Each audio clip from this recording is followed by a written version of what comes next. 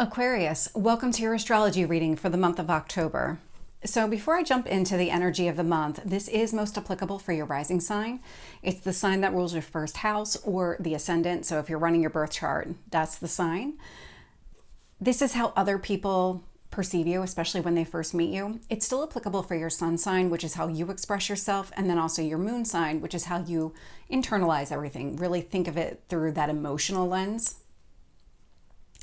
And so jumping into the energy of the month here, so right away on October 2nd at 2:49 in the afternoon Eastern time, we do have the annual solar eclipse. So this is the new moon in the sign of Libra.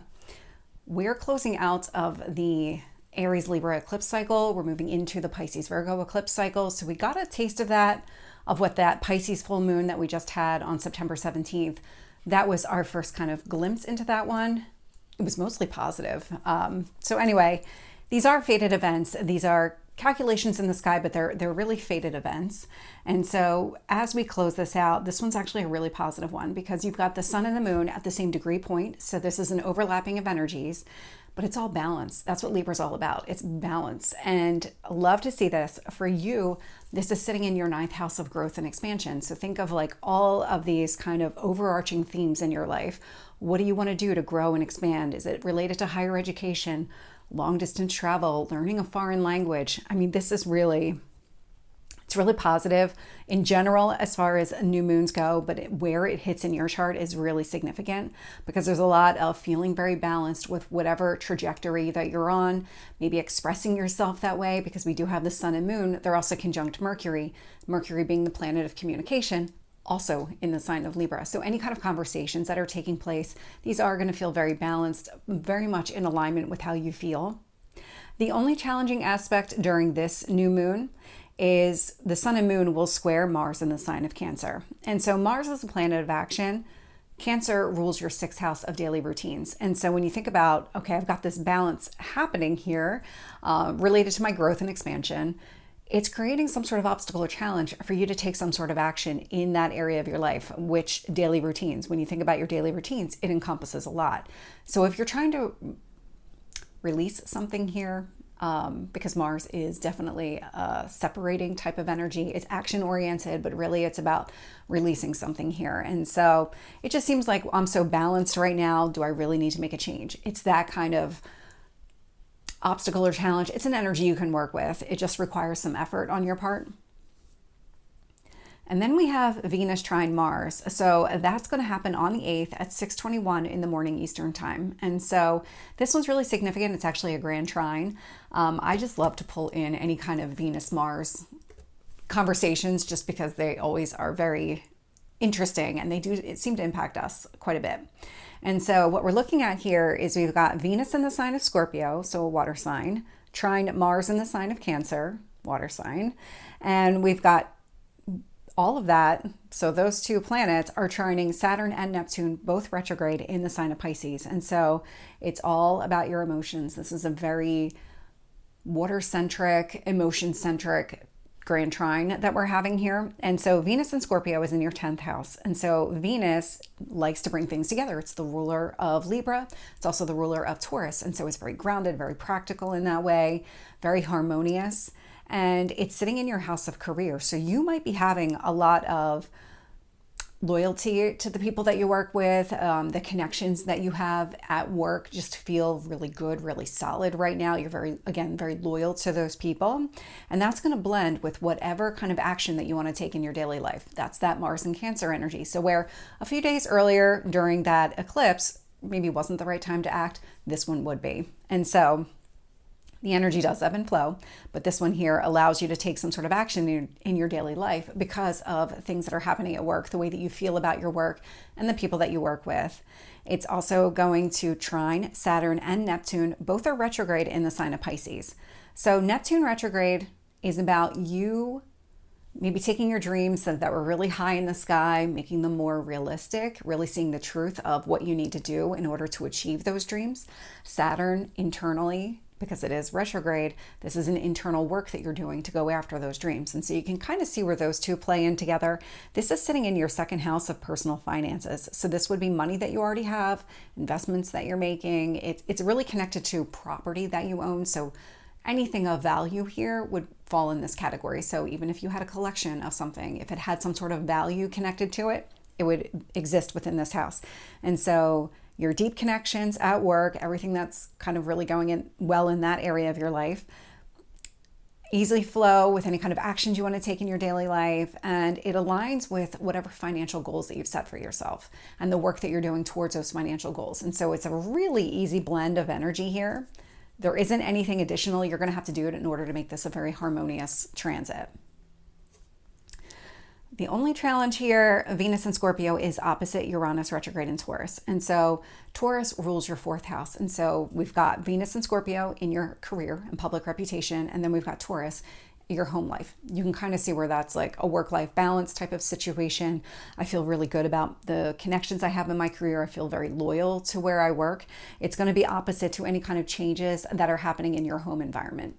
You can find the happy medium here. You just have to work with that one. It is more difficult than a square, but you can still work with it. Then we have a big one here. So Jupiter stations retrograde in the sign of Gemini. So that's going to happen on the 9th at 3:04 in the morning Eastern time. Gemini is in your 5th house. So this is children. This is all the things that you do for fun. So think of like your passion projects, anything that you do hobby-wise, how you enjoy spending your free time here. Jupiter is the most benefic planet, but in the sign of Gemini, it's actually at its weakest point in the zodiac because Gemini is opposite Sagittarius. Jupiter rules Sagittarius. So it is at its weakest point, but Jupiter is growth and expansion. So it could be just that maybe that growth and expansion is a little bit muted right now during this time. Jupiter, instead of having that kind of growth and abundance outside, it's now all directed inside you. And so if you're thinking about kind of growing and expanding your hobbies, that would be this Jupiter retrograde in Gemini. If you're thinking about and really trying to understand the impact of maybe having children, more children, something along those lines, that would be this Jupiter retrograde in Gemini. And when Jupiter does station retrograde, it's going to trine the sun in Libra. And so when you think about the growth that you're going after, the way that you're expressing yourself, you're very balanced and kind of even about the way that you're going about things. That's an easy flow of energy with whatever inner growth that you're seeking as it relates to children or these hobbies. Jupiter retrograde will trine Mercury in Libra. So the conversations that you're having with other people connected to your growth and expansion just easily flow with whatever inner growth that you see as it relates to your hobbies or children. And then we do have Jupiter retrograde in Gemini, sextile Chiron retrograde in Aries. So Aries rules your 3rd house of communication. So there's some sort of wound, because that's what Chiron is. It's a wound that's been coming to the surface. So maybe because it is communication, maybe you're constantly misunderstood, or you're not able to articulate things, or people criticize the way that you communicate with other people or the way that you respond to situations, because communication isn't just the words that you speak, it's also the way that you understand everything here. And so whatever's happening there, this is not new. You've probably been aware of this, and it's really been coming to the surface most of this year, at least for the last 6 months. And so Chiron retrograde, there is a connection with this Jupiter retrograde in Gemini. And so when you're trying to think about this internal growth towards children or your hobbies, things like that, it's actually creating an opportunity for you to take some sort of action to work on that wound, to really start to mend and heal that wound. This is an opportunity you would have to seize, but this is a positive time to be able to take advantage of that. We do have Jupiter retrograde in Gemini, square Saturn retrograde in Pisces. It's also going to square Neptune retrograde in Pisces, and Saturn and Neptune. Let's just talk about those for a second, because Neptune is your dreams. Pisces is your dreams. Neptune rules Pisces. Saturn is about working on your dreams in the sign of Pisces. And so when we see this kind of inner growth related to children or your passion projects here, it's going to create some sort of obstacle or challenge to whatever you're trying to achieve in your finances, whatever financial goals that you've set for yourself that you've been working towards. It's just that any kind of growth connected to your passion projects or your hobbies are going to create challenges to achieving those goals. And it could be something like your hobbies are just getting more expensive. It could be if you're looking to have more children, they're going to cost money. And so that would be that kind of energy. You can certainly find a way to make it all work. It just requires some effort on your part. And then we have Jupiter retrograde opposite the moon in Sagittarius. And so Jupiter being the ruler of Sagittarius, you kind of have some optimism on both sides of this.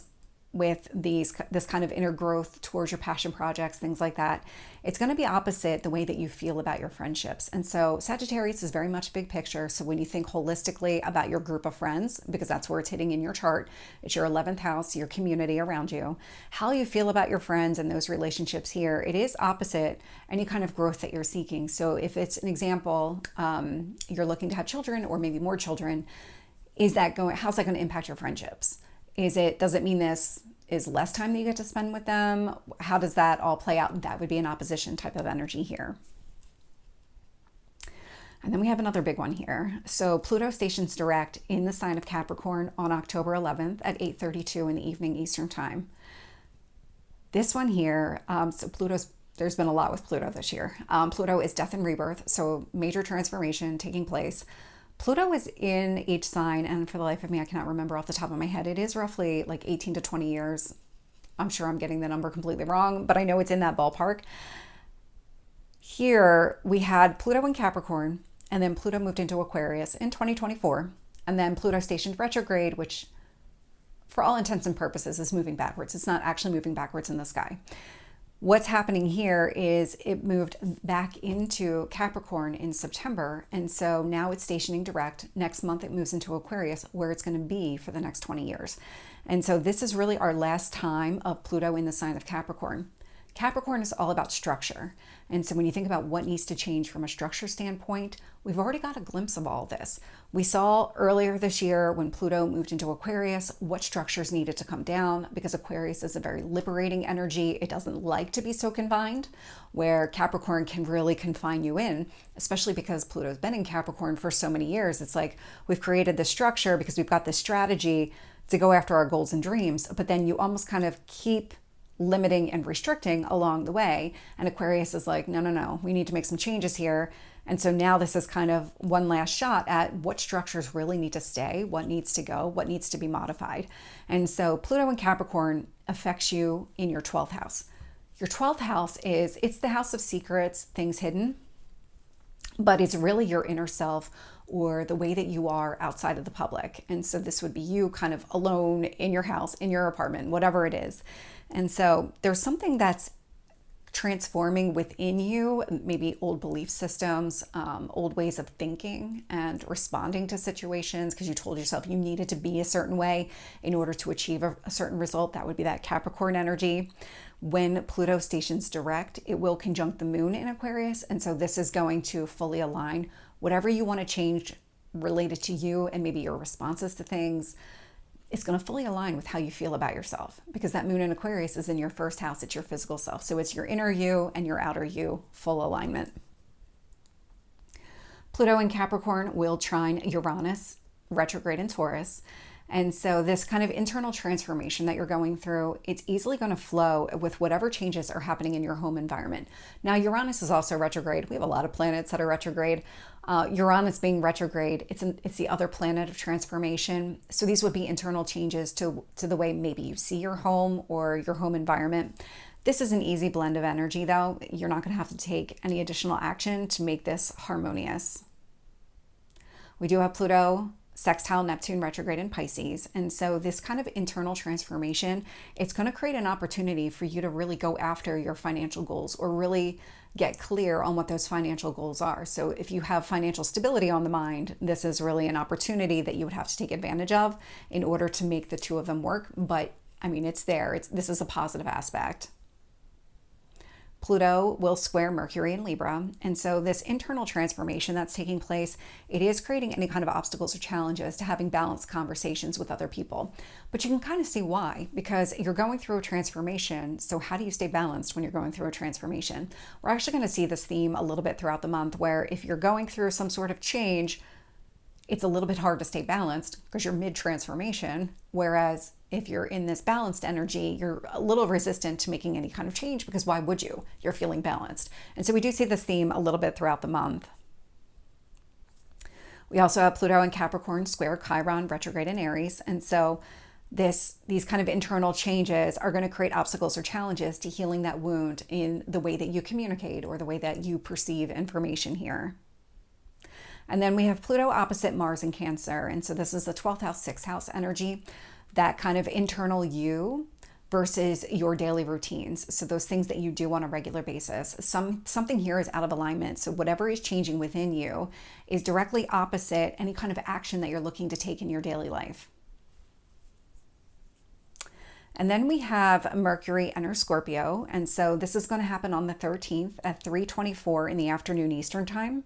And so when this happens, again with the Scorpio energy, so this is all sitting in your career, you might be having a lot of deep, intense conversations at your career. This might be connected to just what you really like about it, what you would value about your career, and maybe this specific employer, the people that you work with. That's that Mercury and Scorpio energy that's sitting in your 10th house. And it's going to conjunct the sun in Libra. So these conversations that you're having, they are going to be very balanced and they are going to be very growth oriented. So whatever you like, you want to grow and expand, that's kind of the content of these conversations. Mercury in Scorpio will also trine the moon in Aquarius. So these conversations that you're having at work, they fully align with how you feel about yourself and really your path forward here. Mercury in Scorpio will also trine Jupiter retrograde in Gemini. So these conversations again at work, easy flow with any kind of growth that you want to see as it relates to children or your passion projects, hobbies, things like that. Could also be short-term relationships. I don't usually highlight that one as much, but it's really those things that you enjoy doing for fun. Again, easy flow of energy.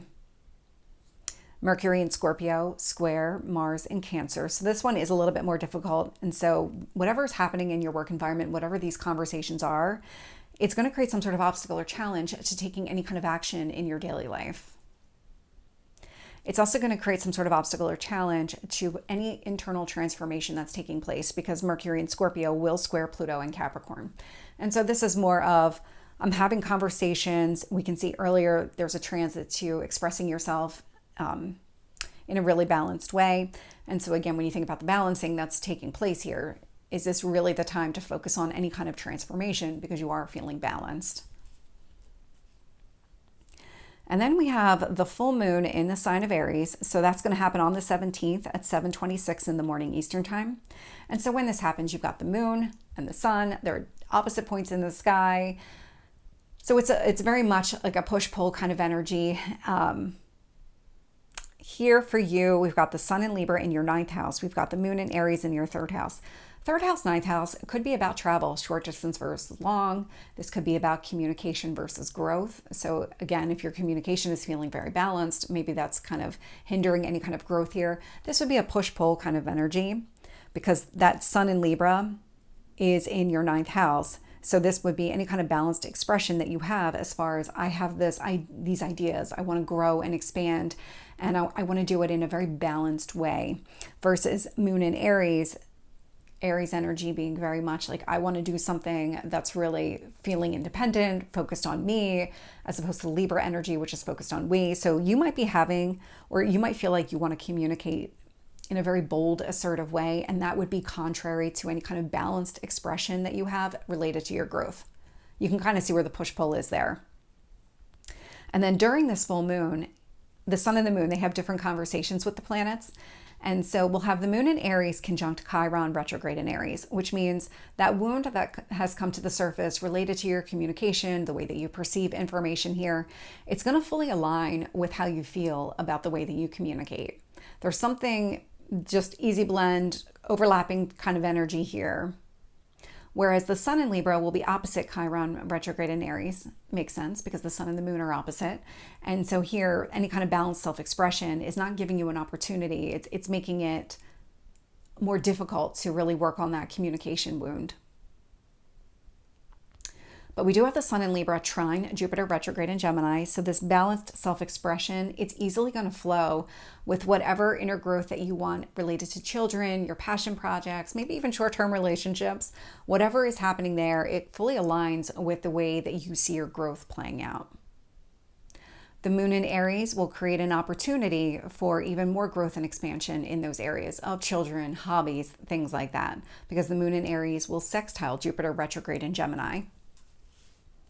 And then we do have the sun in Libra square Mars in the sign of Cancer. And so any kind of balanced self-expression here that's really meant for your personal growth, it is going to create some sort of challenge to taking any action in your daily life. So if your action in your daily life related to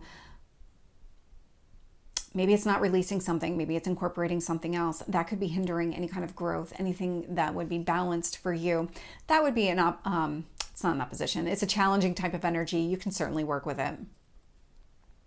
This is actually a T-square, so the moon in Aries is doing the same thing. So how you feel about the way that you're communicating with other people, it's going to create obstacles or challenges for you to take any kind of action in your daily life. And then we have the sun and moon also in a T-square with Pluto and Capricorn. And what this means here is any kind of balanced self-expression, it's going to create challenges to whatever inner transformation is taking place with you. And the way that you're communicating, the way that you feel about the way that you're communicating is also going to create obstacles and challenges to any kind of transformation that's happening inside you. But I mean, it's a full moon, so we'll be in the energy for a period of time, but it doesn't last forever. The moon is a very fast moving energy. It's a very fast moving planet. And so it changes signs every couple of days. But later the same day as this full moon, we actually have Venus enter the sign of Sagittarius. And so that's going to happen at 3:29 in the afternoon Eastern time on the 17th. And so Venus likes to bring things together. It's very harmonious, very balanced energy. Sagittarius is very fun-loving, adventurous, very much the free spirit. So I love that it's impacting you in your 11th house of friends. So there's something where maybe coming together with friends, really enjoying the company of your friends, and love to see that. Venus in Sagittarius will trine Mars in Cancer. And so this Venus energy, so feeling very loyal, feeling very balanced with your friends, maybe enjoying the company of your friends, it's easily going to flow with whatever action you want to take in your daily life. Venus in Sagittarius will also trine Neptune retrograde in Pisces. And so whatever your financial goals are here, easy blend with how you feel about your friends and maybe what you value in those friendships. Venus will sextile Pluto in Capricorn, so feeling very loyal. Again, your friendships here, those connections that you have with your friends, it creates an opportunity for more inner growth, inner change within you. And then Venus in Sagittarius, opposite Uranus retrograde in Taurus. This one here, because we just had Venus enter into Sagittarius, just the way that this plays out, whatever is happening with your friends, the way that you feel about your friends, maybe the time that you're spending with your friends, it's going to be opposite any kind of changes that are happening in your home environment here. And then we have the sun enter the sign of Scorpio. And so that's going to happen on the 22nd at 6:15 in the evening Eastern time. And so the sun in Scorpio is back into your career sector. And so these kind of transformative type of conversations, again, these kind of deep conversations, because that's Scorpio energy. It's a very passionate sign. The way that you're expressing yourself, you're coming across that way. It's going to easily flow with this Jupiter retrograde in Gemini, which means any kind of growth that you want as it relates to children or your passion projects, things like that.